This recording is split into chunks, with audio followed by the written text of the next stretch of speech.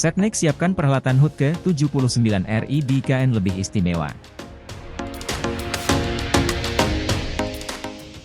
Kepala Sekretariat Presiden, Kasetpres, Heru Budi Hartono mengatakan perayaan HUT ke-79 RI di Ibu Kota Nusantara, IKN, pada 17 Agustus 2024 akan dibuat lebih istimewa dari perhelatan sebelumnya.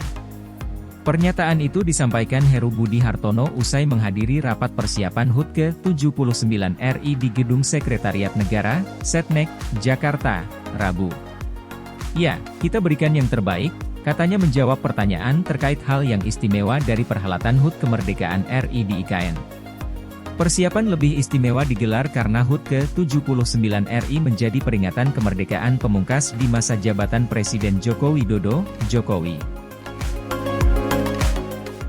Dalam agenda rapat yang dipimpin oleh Menteri Sekretaris Negara, Mensesnek, Pratikno beserta jajaran dibahas sejumlah persiapan kegiatan di IKN, mulai dari agenda upacara, penetapan lokasi upacara, waktu pelaksanaan, detail jumlah pasukan, hingga tamu undangan.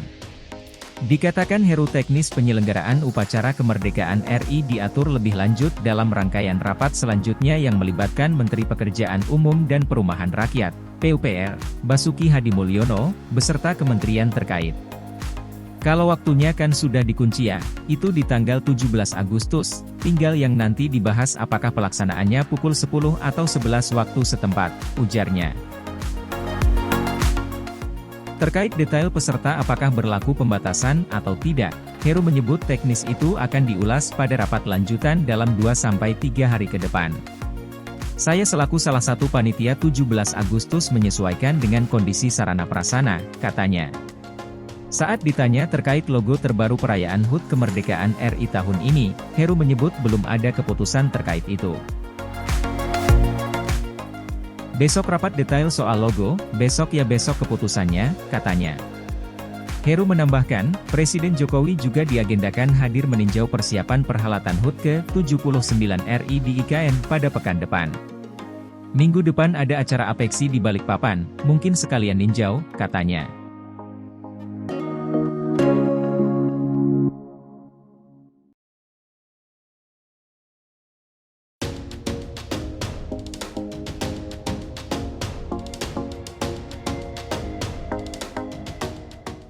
IKN dapat jadi pionir kota berbasis transportasi cerdas.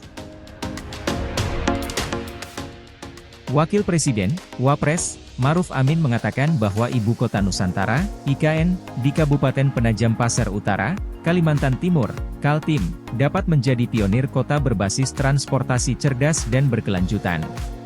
Wapres mengatakan pemerintah saat ini tengah memadukan desain sistem transportasi cerdas dan kota pintar ke dalam pembangunan Nusantara sebagai ibu kota negara Indonesia yang baru. Ibu Kota Nusantara diharapkan menjadi pionir kota berbasis transportasi cerdas dan berkelanjutan yang dapat menginspirasi pembangunan serupa di kota-kota lain, kata Wapres memberi sambutan pada pembukaan T19 TH Intelligent Transport System, ITS, Asia Pacific Forum 2024 atau Forum Sistem Transportasi Cerdas Asia Pasifik ke-19 tahun 2024 di Balai Sidang Jakarta, GCC, Jakarta, Selasa. Lebih lanjut, Wapres mengatakan pemerintah saat ini telah berupaya mendukung pengembangan inovasi teknologi, di antaranya melalui penetapan kebijakan standar mobil listrik, program insentif kendaraan listrik, dan program pendorong transisi lainnya. Dengan berbagai upaya ini, pemerintah turut serta dalam penerapan sistem transportasi cerdas ke dalam infrastruktur modern di Indonesia guna menguatkan ekonomi dan meningkatkan daya saing dengan tetap memperhatikan aspek lingkungan melalui pemenuhan target nol emisi karbon sebagai upaya mencapai visi Indonesia Emas 2045, ucap Wapres. Dalam kesempatan itu, Wapres juga menyampaikan beberapa hal terkait dengan penyelenggaraan ITS Asia Pacific Forum 2024 agar menghasilkan rekomendasi-rekomendasi konkret. Pertama, kata Wapres, adopsi strategi negara lain dengan tetap menyesuaikan kondisi dan kebutuhan masing-masing negara. Pertemuan hari ini merupakan kesempatan terbaik untuk saling bertukar informasi dan berbagi pengalaman sehingga dapat membantu penentuan arah kebijakan di masing-masing negara. Jadikan forum ini sebagai wadah strategis bagi negara-negara anggota untuk mengembangkan kota pintar dengan sistem transportasi cerdas sebagai tulang punggungnya, katanya. Kedua, tingkatkan kolaborasi lintas sektor baik pemerintah, swasta, maupun akademisi untuk menciptakan solusi komprehensif bagi mobilitas perkotaan yang lebih baik. Solusi ini akan mendorong perwujudan dunia yang lebih baik bagi generasi penerus kita, ucap Wapres. Ketiga, tingkatkan literasi publik terkait penggunaan transportasi cerdas melalui publikasi dan edukasi.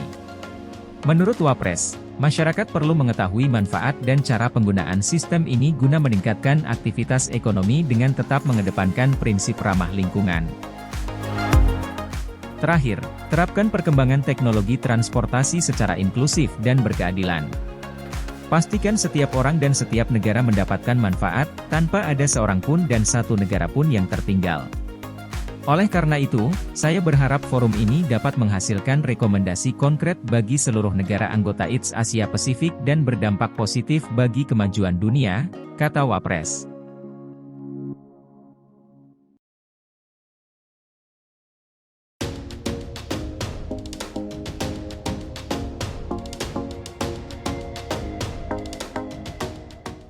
Taksi terbang Hyundai untuk IKN siap diuji cobakan. Otorita Ibu Kota Nusantara, OIKN, menargetkan uji coba atau Proof of Concept, POC, taksi terbang, Sky Taxi, untuk IKN di Kota Samarinda, Kalimantan Timur pada bulan Juli 2024 nanti. Taksi terbang produksi Hyundai yang akan menjalani uji coba ini berkapasitas angkut 5 orang. Ada Hyundai dari Korea Selatan yang mau diuji coba Juli. Terkait POC taksi terbang, ujar Deputi Transformasi Hijau dan Digital Otorita IKN Mohammed Ali Berawi di Jakarta, Senin, 27 Mei 2024. Dalam uji coba tersebut, Hyundai akan melibatkan pemerintah Kota Samarinda untuk menggunakan Bandara Aji Pangeran Tumenggung Pranoto terkait uji coba taksi terbang. OIKN sendiri pada tahun lalu sudah melakukan uji coba taksi terbang di Bandara Budiarto Curug, Tangerang, di mana taksi terbang yang diuji coba tersebut berasal dari perusahaan Ehang Cina yang berkapasitas 2 orang.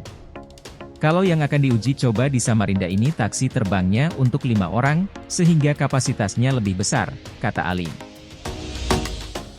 Ia mengatakan taksi terbang ini berpotensi untuk menjadi moda transportasi publik, mengingat taksi terbang menggunakan baterai sebagai sumber energinya. Tenaga baterai ini memungkinkan taksi terbang untuk sekali mengudara hingga jarak 100 km.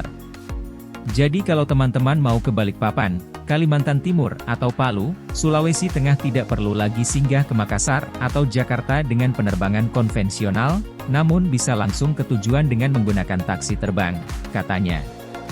OIKN sendiri sedang melakukan evaluasi, membahas dan melakukan perhitungan ekonomis agar taksi terbang di IKN dapat terjangkau bagi masyarakat luas. Yang pasti perhitungan ekonomis menjadi penting sehingga biayanya tidak membebani masyarakat. Ini pasti kita evaluasi dan diskusikan dalam rangka untuk kepentingan publik, kata Ali. Selain Hyundai, terdapat juga Boeing Wizz dari Amerika Serikat yang juga mengembangkan taksi terbang dengan platform drone dan tertarik untuk melakukan uji coba di IKN. Menurut Ali, taksi terbang ini di seluruh dunia masih dalam tahap pengembangan sehingga belum ada yang namanya komersialisasi. Hal ini dikarenakan taksi terbang masih membutuhkan pengembangan teknologi dan aturan pemanfaatan ruang udara, dan seluruh dunia masih dalam proses terkait kedua hal tersebut. Di Indonesia kita sudah membuat tim teknis antara Hyundai dan PT Dirgantara Indonesia, Persero, atau PTDI, sehingga kedepannya kita dapat mengembangkan taksi terbang, kata Ali. Ali menambahkan bahwa nota kesepahaman atau Memorandum of Understanding, MOU, sudah dilakukan antara Hyundai dan PTDI. PTDI ini diharapkan bisa menerima transfer pengetahuan sehingga bisa mengembangkan taksi terbang ke depannya.